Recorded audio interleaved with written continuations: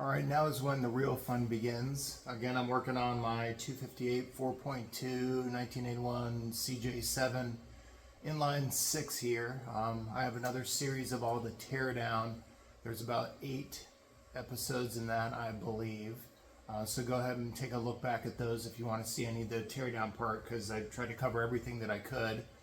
I sent this off to the machine shop, the block and the head, and I just got this back a couple of days ago. I've been doing a little bit of planning since then, but today is the big day when I'm going to start. I'm going to go ahead and clean out the block. I'm going to paint it along with the head as well and start assembling. So I'm going to do an entire series on this. I sent the block off because if you saw in the teardown, there was a pretty big ridge in the bore here, and I'll show this a little bit more closely.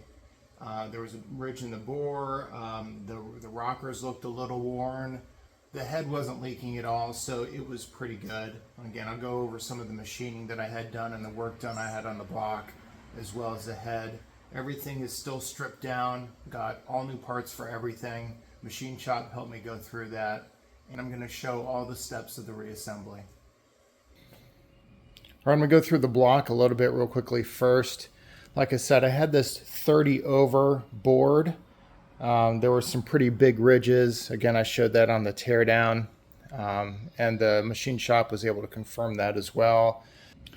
Those ring clearances being much higher than they should have been basically just reflected that the bores had been worn out. So I'm really glad I had that done.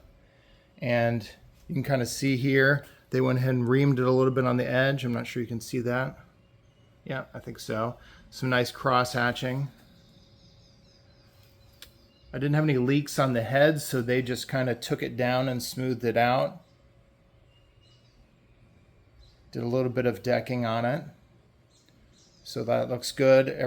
It's been cleaned. They checked for cracks. What's interesting here is that I am seeing a little bit of flash rust going on there and in some of the oil passages. And I want to make sure that that doesn't get anywhere else. So I'm going to go ahead and wash it out and paint it today. They went ahead and put the core plugs in, so I'll work around those. I'll probably remove these galley plugs so that I can get in there and clean everything up. Then I'm going to oil it down really well after I paint it, so that it doesn't get any more rust on it, and that should protect it pretty well. And see, I had new cam bearings put in as well. A little better view from the bottom here. So new cam bearings. You can see nice and shiny. Again, I'll get this all cleaned up.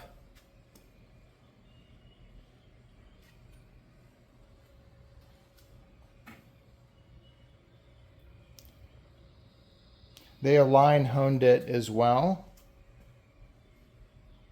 They said it was just a tiny bit off, so they just fixed that up. I'm going to go around and talk about the different parts just real quickly. This is mainly about the plan that I'm going to do. The next video I'll probably show the cleaning and the painting. So here's the head here. They went ahead and decked it and cleaned it up. Nice and smooth and flat now. And basically did a whole valve job. They replaced the exhaust seats, cut those down to fit the valves, and then also I think they basically recut or re-smoothed out the intake seats. They replaced one of the guides, cleaned up some of the other guides, and so everything here looks pretty good. All the valves have been matched. They said I do not need to lap the valves after a valve job, so I'm not going to have to do that. They've already been matched. They're all numbered. That's why the numbers are on here. They went ahead and numbered the valves as well. And here's some of the other parts here. They went ahead and ordered all these. I got new rings, get new bearings, new rockers, new main bearings, all that. Had new pistons. The connecting rods were all good. So these are nice new aluminum pistons, obviously 30 over if I had it bored. They've been numbered. A lot lighter than the steel ones, so hopefully that'll reduce a little friction and drag on the engine, give me a tiny bit more power.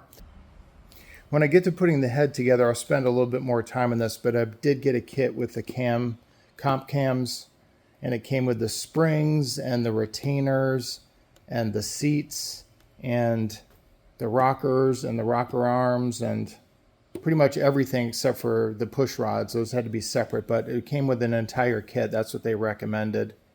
But I'll talk a little bit more as I get into that. And then here are the new valves. Again, they're all numbered. So they're all set to go.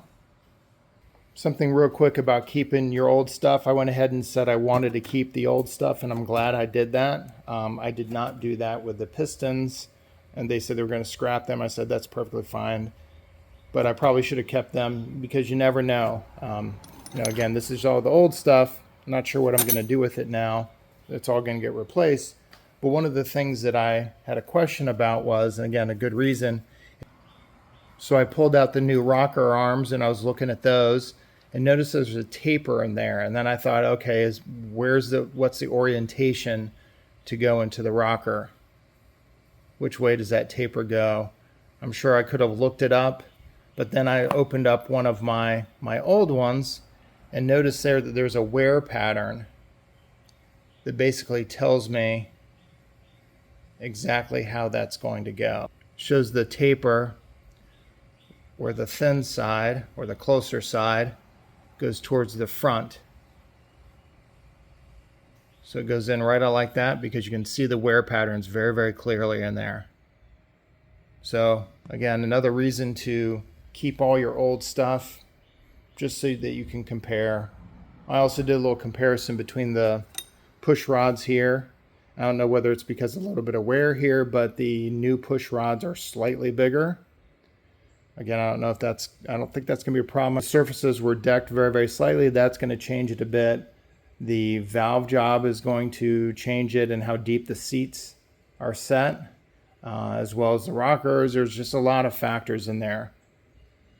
But with the hydraulic lifters, that should pretty much be self-correcting for any minor variations. But again, just kind of good idea to keep all of your old stuff. Then I have all the other stuff over here. Oil pump, I'm going to go through that. Notice how this is the new Melling oil pump. It does not match the original pickup. I mean, this is about the right orientation, and notice that the hole doesn't match up there. I'm going to have to mess around with that. Again, there's always something. Motor mounts, I powder coated those. And pretty much everything else here, ARP volts. I'm going to go ahead and degree the cam. The old timing set and then the new timing set that came with the comp cams kit. New hydraulic lifters. The machine shop refinished my balancer. Old oil pump. Some other stuff under there too. Lots of different parts.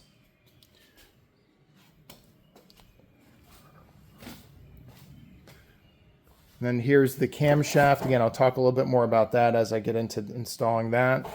And then there is the new gasket kit. This is a Felpro. It's supposed to come with absolutely everything, and there's a ton of stuff in there, but I'll open that up and figure it out.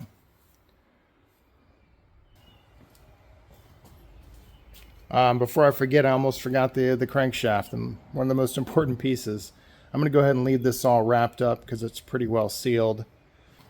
So in polishing it, there were a couple of grooves in some of the journals on both the main side and also the connecting rod side. So they went ahead and had to polish those out, and therefore we went ahead and decided to get undersized bearings. I believe 10 under to compensate for that. So there should be a really good match, but again, I'm going to use some plastic gauge. I'm going to check all the bearing clearances before I put it all together, but again, I'll show that. All right, that's all the main components. I'm going to go ahead and get to it. First off, clean off the block, get it painted, and then go ahead and start assembling everything. So go ahead and subscribe if you want to follow along. Should be kind of fun trying to see how it all goes together and get it started up.